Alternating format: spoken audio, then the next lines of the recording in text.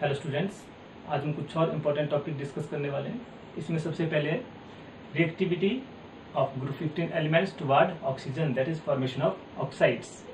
Group 15 के जो elements हैं ये ट्राई ऑक्साइड और पेंटॉक्साइड्स बनाते हैं विद ऑक्सीडेशन स्टेट +3 एंड +5।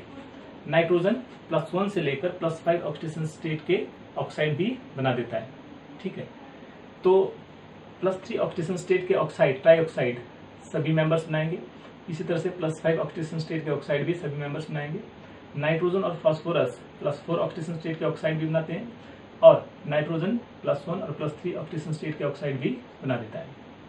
अगर हम इनको कंपेयर करें, जैसे हम डाउन द ग्रुप आएंगे तो जो ऑक्साइड्स हैं इनका एसिडिक नेचर डिक्रीज करेगा। नाइट्रोजन फास्फोरस के ऑक्साइड स्ट्रांगली एसिडिक हैं, आर्सेनिक के ऑक्साइड वीकली एसिडिक, एंटीमनी के ऑक्साइड एम्फोटेरिक और बिस्मथ के ऑक्साइड वीकली बेसिक हैं। नाइट्रोजन के सारे ऑक्साइड को अगर हम कंपेयर करें तो जैसे जैसे ऑक्सीडेशन स्टेट इंक्रीज करेगी एसिडिक कैरेक्टर भी इंक्रीज करेगा। तो डाउन द इसमें जब हम डाउनवर्ड आ रहे हैं तो ऑक्सीडेशन स्टेट +1 से लेकर +5 तक इंक्रीज कर रही है। इसका मतलब है एसिडिक नेचर भी इंक्रीज कर रहा है।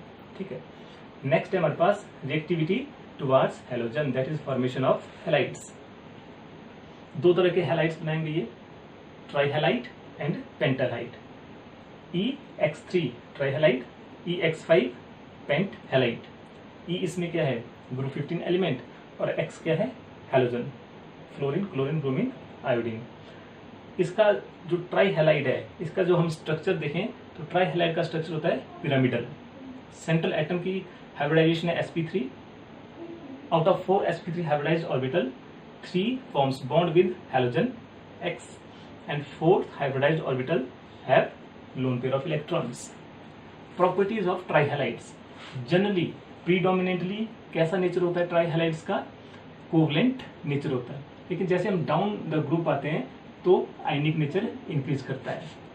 बिस्मथ ट्राइफ्लोराइड आयनिक नेचर का है, लेकिन bismuth trichloride, bismuth tribromide, antimony trifluoride etcetera ये पार्शियली कोवलेंट और पार्शियली आयनिक नेचर के हैं। नाइट्रोजन के ट्राइहैलाइड अगर हम देखें तो NF3 बहुत स्टेबल है as compare to NCl3। NCl3 explosive nature का होता है और NBr3 एंड NI3 इनकी स्टेबिलिटी भी कम है। NBr3 और NI3 अमोनिएट की फॉर्म में स्टेबल होते हैं। NBr3.NS3 अमोनिएट ऑफ NBr3 ये 173 केल्विन टेम्परेचर पे एक्सप्लोड कर जाता है, और अमोनिएट ऑफ NI3 ये जब तक मॉइस्ट है तब तक स्टेबल है। जैसे ये ड्राई होना शुरू हो जाएगा ये भी एक्सप्लोड कर जाएगा, और जब ये एक्सप्लोड करेगा तो ये रिएक्शन हो जाएगा। इस रिएक्शन में 8 molecules of NI3NS3 they explode and they form 5N2 + 9I2 and 6NH4I। तो इसमें आयोडीन के वेपर्स रिलीज होते हैं। अगर हम हाइड्रोलिसिस करें ट्राइहैलाइड की तो हमें डिफरेंट हाइड्रोलाइज्ड प्रोडक्ट मिलते हैं। जैसे NCl3 को हाइड्रोलिसिस किया वाटर के साथ, अमोनिया बना और हाइपोक्लोरस एसिड। लेकिन अगर PCl3 की हाइड्रोलिसिस करेंगे तो यहाँ से हमें फास्फोरस एसिड और HCl मिलेगा। आर्सेनिक का जो हैलाइड है ASCl3 इसकी हाइड्रोलिसिस करेंगे तो आर्सेनिक का ऑक्साइड मिलेगा और HCl मिलेगा। एंटीमनी और बिस्मथ का जो हैलाइड है इनकी पार्शियल हाइड्रोलिसिस होती है और यहाँ से हमें एंटीमनी ऑक्सीक्लोराइड, अगर बिस्मथ लिया हुआ है तो बिस्मथ ऑक्सीक्लोराइड मिलेगा और साथ में HCl मिलेगा। तो डिफरेंट हाइड्रोलिसिस प्रोडक्ट मिलते हैं हमें ट्राइहैलाइड की हाइड्रोलिसिस करने पर। इसके बाद हम डिस्कस करेंगे पेंटहैलाइड। जो पेंटहैलाइड है ये थर्मली लेस स्टेबल है एज कम्पेयर टू ट्राइहैलाइड। जो नाइट्रोजन और बिस्मथ है ये पेंटहैलाइड नहीं बनाता। नाइट्रोजन क्यों नहीं बनाता, क्योंकि नाइट्रोजन के जो वैलेंस शेल है उसमें d ऑर्बिटल एब्सेंट होता है, इसलिए नाइट्रोजन अपना ऑक्टेट एक्सटेंड नहीं कर सकता। और बिस्मथ पेंटहैलाइड क्यों नहीं बनाता, क्योंकि बिस्मथ में इनर्ट पेयर इफेक्ट हो जाता है। इनर्ट पेयर इफेक्ट की वजह से जो बिस्मथ की +5 ऑक्सीडेशन स्टेट है वो उसकी स्टेबिलिटी बहुत कम हो जाएगी as compare to +3 oxidation state of bismuth. इसलिए बिस्मथ ट्राइहैलाइड बनाएगा लेकिन पेंटहैलाइड नहीं बनाएगा। प्रिपरेशन अगर हम देखें PCl3 react with Cl2 in the presence of CCl4 formation of PCl5. AS2O3 oxide of arsenic 10F2 formation of AsF5 and oxygen. Bismuth का reaction अगर फ्लोरीन के साथ करवाएं तो BiF5 बन जाएगा, BiF5 बन जाएगा। और यहाँ पे आर्सेनिक का रिएक्शन जब फ्लोरीन के साथ हो रहा है तो यहाँ पे AsF5 बन रहा है, पेंट ऑफ आर्सेनिक बन रहा है। अब इनका स्ट्रक्चर क्या रहेगा?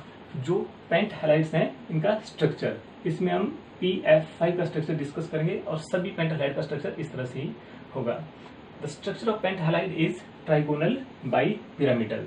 ट्राइगोनल बाइपिरामिडल क्यों है? क्योंकि जो सेंट्रल एटम होगा पेंट हैलाइड का उसकी हाइब्रिडाइजेशन होगी sp3d, और जब भी sp3d हाइब्रिडाइजेशन होती है तो स्ट्रक्चर कैसा होता है? Trigonal bipyramidal. ट्राइगोनल बाइपिरामिडल में 3 जो फ्लोरीन है ये ट्रायंगुलर प्लेन के अंदर है और 2 fluorine above, below and above the plane है। ट्रायंगुलर प्लेन के अंदर जो 3 फ्लोरीन है इनके साथ जो 3 बॉन्ड बने हुए हैं इनको बोलते हैं हम इक्वेटोरियल बॉन्ड, और अबव और बिलो जो प्लेन के बॉन्ड हैं इनको हम बोलते हैं एक्सियल बॉन्ड। इक्वेटोरियल बॉन्ड की बॉन्ड लेंथ कम होती है, एक्सियल बॉन्ड की बॉन्ड लेंथ ज्यादा होती है। जैसे PF5 के केस में इक्वेटोरियल बॉन्ड की बॉन्ड लेंथ है 153 पिकोमीटर और एक्सियल बॉन्ड की बॉन्ड लेंथ है 158 पिकोमीटर। एक्सियल बॉन्ड 90 डिग्री का बॉन्ड एंगल बनाते हैं और इक्वेटोरियल बॉन्ड 120 डिग्री का बॉन्ड एंगल बना रहे हैं। अब एक्सियल बॉन्ड की बॉन्ड लेंथ ज्यादा क्यों है? क्योंकि एक्सियल बॉन्ड और जो ट्रायंगुलर प्लेन है उसके बीच में 90 डिग्री का बॉन्ड एंगल है, और बॉन्ड एंगल कम होने की वजह से एक्सियल बॉन्ड के बॉन्ड पेयर और जो इक्वेटोरियल बॉन्ड है इनके बॉन्ड पेयर के बीच में रिपल्सन होगी, जिस रिपल्सन को कम करने के लिए एक्सियल बॉन्ड की बॉन्ड लेंथ इंक्रीज कर जाती है as compare to equatorial bond. ठीक है। ऑर्बिटल पिक्चर ऑफ यहाँ पे हमने शो की हुई है PF5।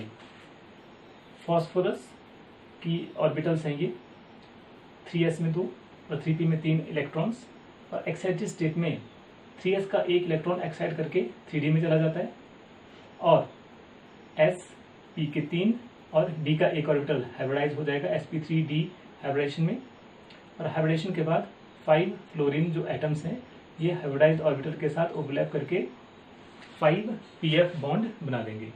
तो बहुत ही इंपॉर्टेंट टॉपिक है ये, अच्छे से अंडरस्टैंड करना है। ठीक है, थैंक यू।